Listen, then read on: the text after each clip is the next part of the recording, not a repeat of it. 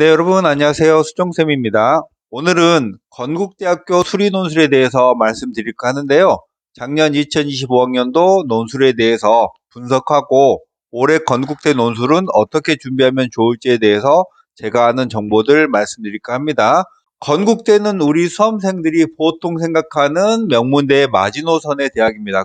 그래서 논술 전형에서도 우리 학생들이 상당히 많이 선호하는 대학이고 경쟁률도 꽤 높긴 한데요. 그런데 우리 학생들이 건국대가 어떤 스타일의 논술 문제를 출제하고 그 난도는 어느 정도이고 어느 정도 돼야지 내가 합격할 수 있는지 요거 모른 채로 그냥 막 지원하는 학생들이 너무 많아서 오늘 내용 한번 정리해 드리는 거예요.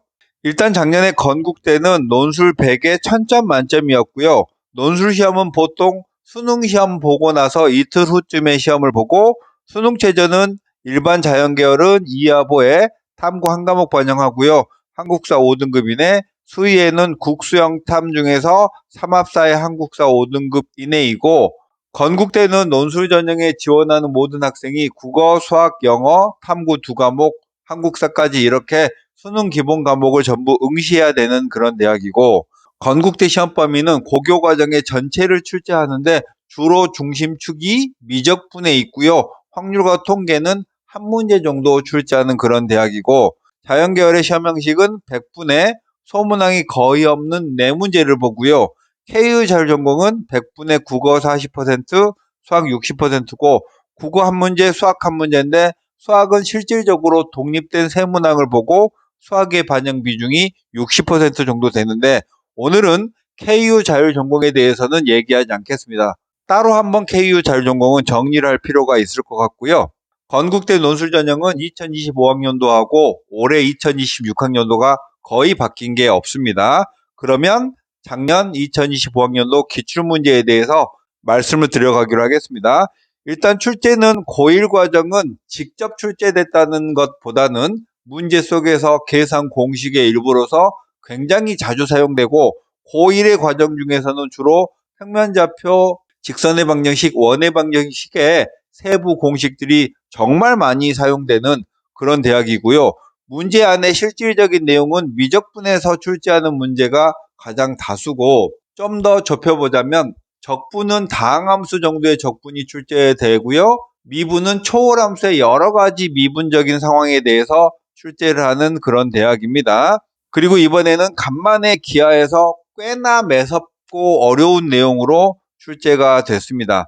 최근 3번 정도의 시험의 출제 경향을 보면은 2025학년도 모의, 2024학년도 기출, 2023학년도 기출을 보면 주로 미적분 위주로 출제를 하고 고1 수학은 간접적인 출제나 아니면 경우의 수 정도에서 출제를 하면서 수학 2 정도는요. 미적분과 연계돼서 보통 함수를 제시하는 방식으로 출제가 됐고 한 3, 4개년 정도 이전까지는 확통도 출제를 하지 않고 오로지 미적분만 출제를 하다가 최근에는 확률과 통계를 기본적인 내용만 출제하는 정도였다가 작년 2025학년도는 모의논술에서 기하의 내용을 출제를 꽤나 깊숙하게 했고 실제로 이번 2025학년도 기출에서는 기하를 정말 어려운 수준으로 출제를 했습니다.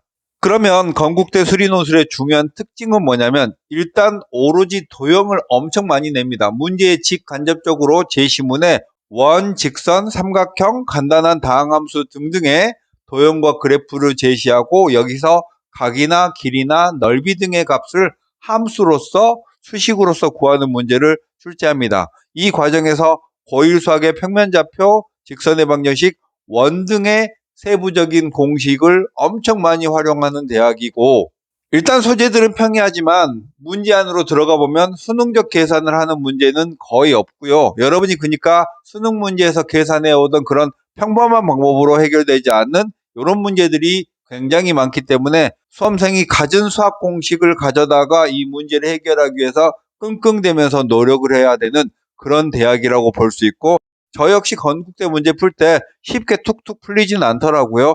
그리고 제가 대부분 푸는 방법들은 해설서에 있는 방법하고 틀린 방법으로 많이 풀게 되니까 건국대 논술 문제는 해법이 단 하나만 있는 건 아니고 수험생에 따라 푸는 사람에 따라 여러 가지 해법이 있을 수 있고 모두 다 정답이 될 수 있습니다. 자, 두 번째 건국대는 미적분 중심으로 출제하는 대학입니다. 4문제를 출제하면 3문제는 직간접적으로 미적분, 1문제 정도는 확률과 통계나 기하를 둘 중에 선택적으로 1문제 정도를 출제하고요. 미적분 문제는 역시 도형들이 많이 제공되는 가운데서 그런 여러 변수들을 어떻게 생성시키고 연립시킬 것인가, 그리고 거기에 대해서 미분값을 구하는 이런 과정들. 그래서 건국대는 미적분이 논술의 가장 중심축이다, 이렇게 이해하시면 되겠고, 이런 내용들은 몇 년간 건국대가 지속적으로 출제해온 건국대의 패턴이라고 볼 수 있습니다. 자, 확통 같은 경우에는 출제를 해온 것들이 보면 경우의 수나 확률까지도 가지 않아요. 경우의 수에서 문제의 상황을 해석하고 꼼꼼하게 계산해내는 쉬운 정도 수준으로 출제를 했고, 2025학년도는 기하를 내는 바람에 확통을 출제하지 않았고, 보통 건국대의 문제 예상은 4문제 출제하면 3문제는 미적분, 1문제는 기하 또는 확통을 둘 중에 하나를 출제하는 걸로 보여집니다. 자, 그리고 이번에 기하 문제를 오랜만에 출제했습니다. 건국대는 매년 모의논술에서는 기하를 낼 것처럼 하다가 실제로는 기하를 안 내고 확률과 통계로 가볍게 구색 맞추기 정도로 출제를 했는데, 이번에는 드디어 기하를 냈는데요. 보통 대학들은 중앙대 정도 수준만 해도 기하를 내면 그냥 어렵지 않은 수준으로 출제를 하고, 서울시립대나 한양대나 연대나 고대로 가면 이제 기하가 꽤나 어려운 문제 수준으로 출제를 하는데, 건국대의 이번 기하 문제는 그 정도 수준까지 출제를 했습니다.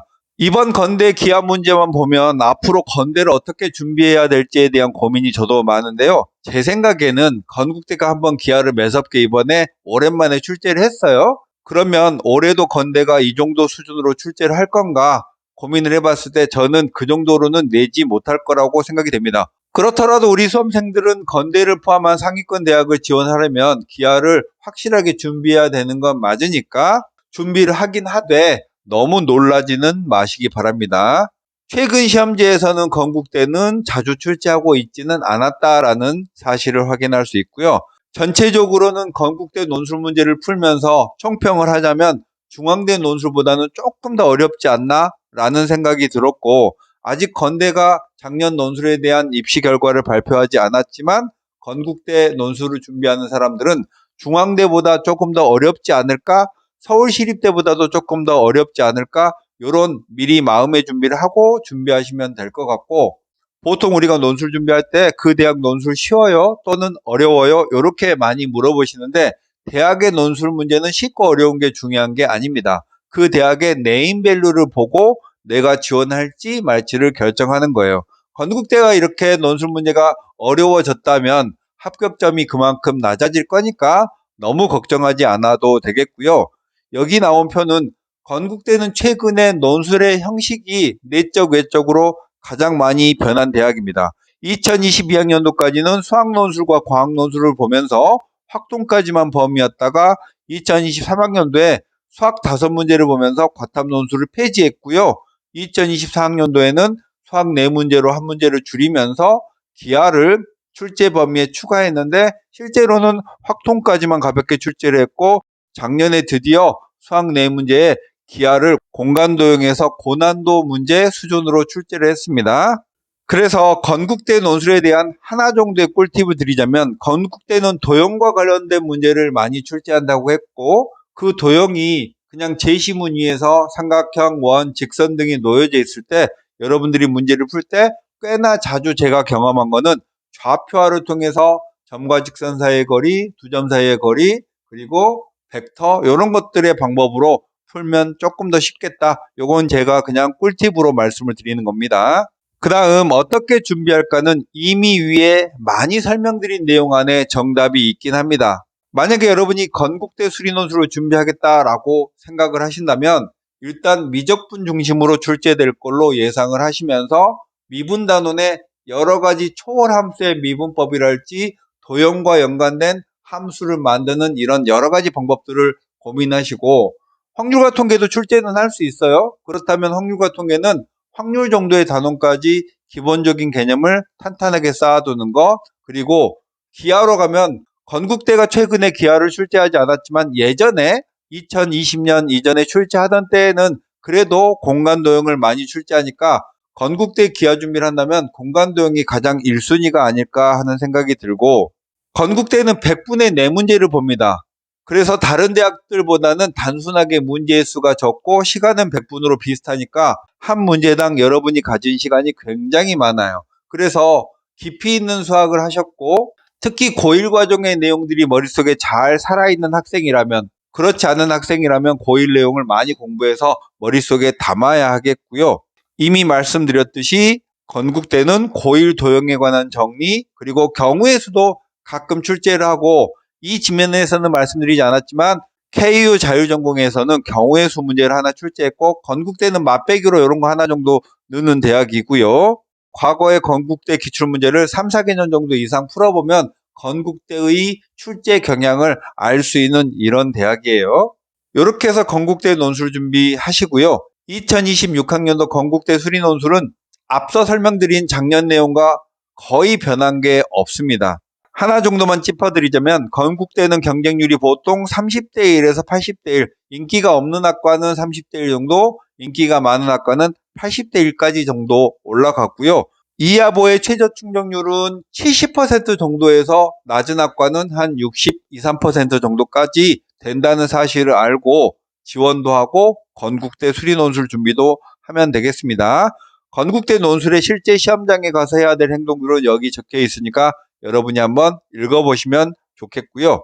우리 수험생들이 건동홍, 건국, 동국, 홍익 이렇게 선호하는 대학들이 있잖아요. 비슷한 라인이긴 한데 최근의 경향으로 보면 건대가 가장 어렵고 홍대가 그 다음 아주 비슷하지만 약하게 동국대 정도의 난도로 논술 문제가 출제된다는 사실을 마지막으로 한 번 더 말씀드리고 싶습니다.